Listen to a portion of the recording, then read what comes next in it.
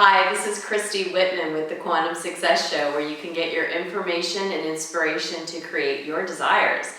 And I'm continuing with our series with Karen Lamarck Wilson, who is the founder of Energy Mastery for Advanced Coaching, or Energy Mastery for Advancing Consciousness.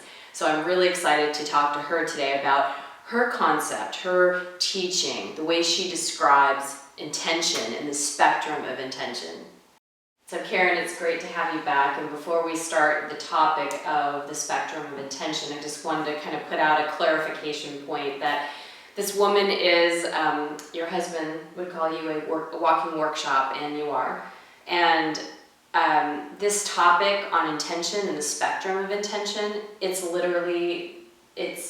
you could keep going deeper and deeper. So because we only have a short amount of time, Karen has to kind of edit out what she's, can fully share. But I will say that we go in deep with this in the EMAT course. So if you are interested in wanting to learn more about any of the things that we've been talking about over these last series, Karen does cover that, she teaches that, and it's just an amazing course if you're interested and want to learn more about it. So, spectrum of intention. Thank you for the note on editing, because it's true. I call it the spectrum of intention. First of all, as a reminder for myself as well. So, intention pretty much means on purpose. We do something intentionally. So what is on purpose? Sometimes that's what we want or what we need or what we think we need to have right now, or what we want to do or what we want to achieve or an outcome that we want. That's great. We do that intentionally. And yet we all know the saying, the road to hell is paved with good intentions. So having good intentions is important. What undergirds that, the current that flows underneath everything, is just as important as our top of mind, really positive intention. And that's how it became a spectrum. It is a spectrum. We take what we want, the goal we want to achieve, or whatever desire we have, what we want to help, what we want to change, how we want to grow, what we want to achieve. There's that intention. And then it's important to back up. The intention usually comes somewhere in the middle of the spectrum. And without awareness, we think that's the whole picture. And as we know, it's not. The physical 4% is where we come in. The spectrum is much greater and much more powerful. I think that's important for your people, for your students. Absolutely. And that question that people have, I've done this, I've done affirmations, I've got set my intention and it's not working. What's the deal? Well, oftentimes it's the spectrum of intention that we haven't been aware of. So it's kind of fun to learn this stuff. Yes, I think. Absolutely. And so we come in somewhere in the middle of a spectrum. This is what I want. This is what I'm going for. This is how I want it to turn out. We get clear on our intention. And part of the clarity is to go behind and beyond, which is metaphysical, right? Yes. To really become comfortable with what's set up and what's clear in us that's going to influence the intention. So oftentimes before intention, there is something to at least look at. May be real clear right away, or it may not. The pretense. Within tension, there is intention. And on this plane of duality, there is a pull. Something we want, something we don't want. Yes. That's why, as you know, we clear up our language a lot. Instead of, well, I don't want this, I do want this. And yet that's there. The functional side, the unfunctional. It's still important. This wouldn't be here without this, right?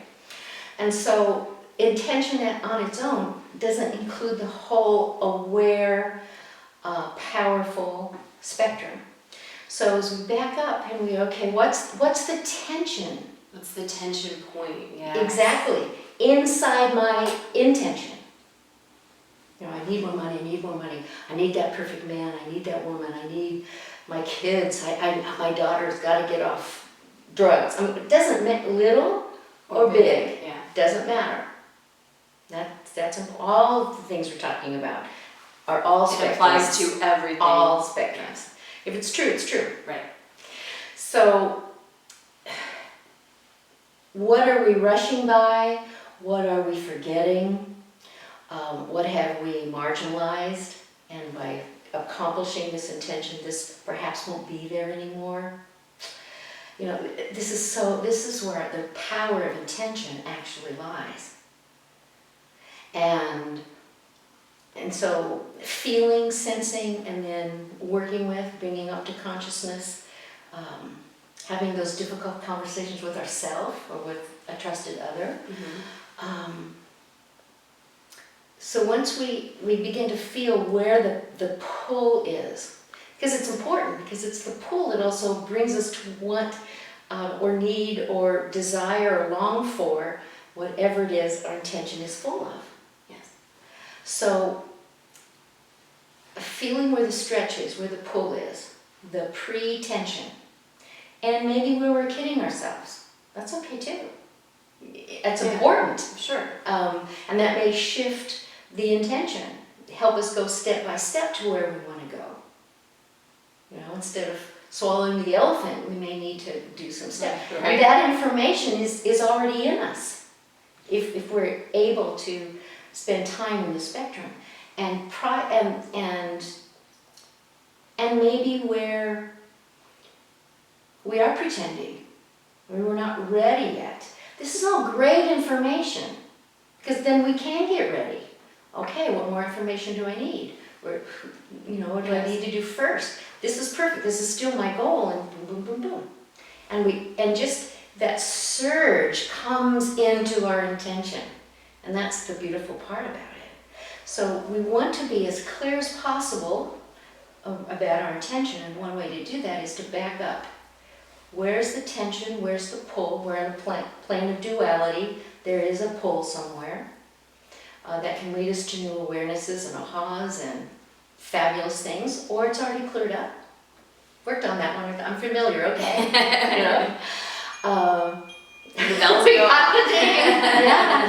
And then even before any pretense or pretension is just this whole clarity. And so this is where my editing's coming. So as this whole, I'm seeing the ocean waves as this power from underneath pulls forward and begins to come close to the shore, close to really releasing its energy into this world. There's, between the early tension points and checking out any pre-tension in our intention, we have to go in first. That's the early part of the spectrum. Yes. Intention, because this is what we want to bring out. So we always have to go in and we're going out. Yes. So, and the switch comes just once we do the background work, the underneath, the powerful under the wave current work, and that energy comes up. That's when we switch channels. And yes, we're able to do multi-channeling rather than multitasking. And yet the main channel switches to attention. Because once we put our intention clean and clear and powerful out into the universe that's out there doing work with us, and part of this work is also clearing up our subconscious, which is hugely important. Mm-hmm. Our amygdala, all that stuff, our history, our stories, our pain body, all that. So all this power comes, it's clean, so it can be less effort. Yes. Let the universe do the work. It's at that focus where we change to attention, because we also know that our energy flows where our attention goes. So putting our intention out and then keeping our attention clean and clear. This is where presence comes in, moment to moment, because in each moment we're gathering information, and as little pieces of what we've put into the world begin to show up, if our attention is there, we'll recognize it right away. Sure. And then they'll come and we can weave them and we can add or we can go in a direction, because attention has direction in it. Intention has expansion in it. Yes. So we can just keep expanding and riding the wave, and it's lovely. Sometimes it doesn't pop through the wave into the particle, the 4%, because we've lost our attention. And so there are ways of practicing. Meditation helps. Any form of breathing helps. We've got a lot of ways to help us work on our presence, our listening. We need to be able to listen. This is coming true. This is coming true. We don't stand back and become an audience. We attend. And that's part of the spectrum. We tend a garden. We tend to our children.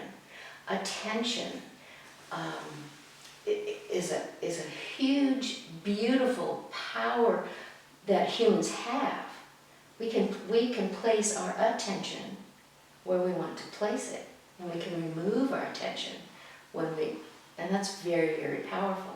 So once we get clean and clear and our intention goes out and we know we're being supported and helped and attracting,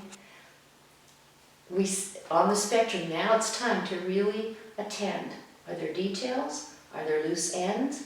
Are you picking up there's more information or another book or another person you need to speak to? Or you hear a name 2 or 3 times and you think, I'm gonna pay attention. Yes. Yeah. That attention is how the intention gets help between the unseen and the seen world. And since we are spirit beings having a human experience, learning how that weaving goes is fun. Yes. It's joyful and powerful. Very powerful. And that spectrum. So to be an attendant, and I know we've talked about this before, early physicians, early priests and priestesses were called attendants. To tend people, situations, dream tending, all of these, how to tend your intention. And we do that by where we place our attention on the spectrum. Well, I know in EMAC we talked about this a little bit too, that most people put out an intention. It's like what you're talking about. We put out an intention, but we don't know not only why, but are we willing to do the work that it's going to be needed in order for us to intend this. You know what I mean? Because once you put out an intention, there's work that needs to be done. I think Brendan Bouchard says it best: when opportunity knocks, it's work that's opening. It's work that, he says it in some way like that, but it's work that opens the door. So it's like when you put that intention out, there's work. Because if you are intending, whether it's a trigger point, that point that you're talking about, and you do that inner work and you do that intention, you create that intention, it's like there's that inner work that you're talking about that needs to be done to get you to the place where you can be present enough to attend to. Absolutely. And it's part of that spectrum, that early piece. I would prefer the word willingness to work, because sometimes we get into busy work. We may have an association with work, that it's hard, or we don't want to work, or we have other ideas. There is a willingness, a free will, and the willing centers all up and down our spine. And if it's around work, our professional will centers, back here behind the 5th chakra, we have different will centers. So a willingness to look, first of all, and to learn about yourself, back to your relationship with yourself and what's behind this. That doesn't have to be hard work. Sure. It's revealing, it's wisdom, it's more ahas, it's learning. So if that's a value, then this can be fun, even if there's some ouch points in there. And then the willingness to open the door, the willingness to receive the information that we need to walk through the door. And again, we have our own timing. We don't have to do it all at once. And sometimes it comes faster than we thought we were ready for. You know, that happens to people too. Sure, absolutely. And I appreciate what you said about the work, because it's true. It's like the creation of something new and different. It doesn't have to feel like work, and in our kind of in our minds, the way we think about work, it has to be hard, struggle, you know. Right. Yeah, so I appreciate you clarifying the willingness, and that it can be fun, and it does, when you can start to feel the energy build of something manifesting. Mm-hmm. It's exciting. It feels good. It's expansive. Well, isn't there that saying? Anticipation is half the fun. That goes for a lot of things. Yes, absolutely. Back to our conversation earlier. Yes. Yes. Anything else you want to share on the spectrum of attention? I mean, I know you have tons more to share, but in this moment, you feel completed with that discussion? I think we touched the high points. Yes. And you have an experienced audience. Yes. So I'm sure they're pretty good at putting the dots together for themselves. And yes, I could go on and on. Yes, I know you could. Sometimes that's a good thing, and sometimes not so much. So, Okay, great. great. I feel good. And again, thank you for these conversations. Not only pleasurable and joyful for me, at the thought of touching people that I would have come into even energetic contact with, and just being with you. Thank you. I've enjoyed it a lot too. Thank you so much. Well, thank you, Karen. I mean, I'm always blown away with your information, and I know there's always just so much. You can go back and listen to this over and over. But please let me know, what are the biggest points that you're taking away from today? I know there was so much, so let's continue the conversation. Please leave me a comment. And if you haven't gone to YouTube channel, you can see all of Karen's videos and everything that was in this series. And if you haven't already done so as well, go to christywhitman.com and put in your name and email, so you can always get email updates and information that I only share on the email list. So thank you so much for watching, and have an amazing week. I am the artist of my painting. I am the driver of my car. I am the director of my play. And baby, I'm the star. Are you ready to have it all? When you pre-order your copy of The Art of Having It All today, not only will you get instant access to the digital ebook version that you can read right now, but you'll also get access to over 102 other celebrity interviews where they share their secrets on how they created a life of having it all. Click the link below to discover how you can start having it all right now.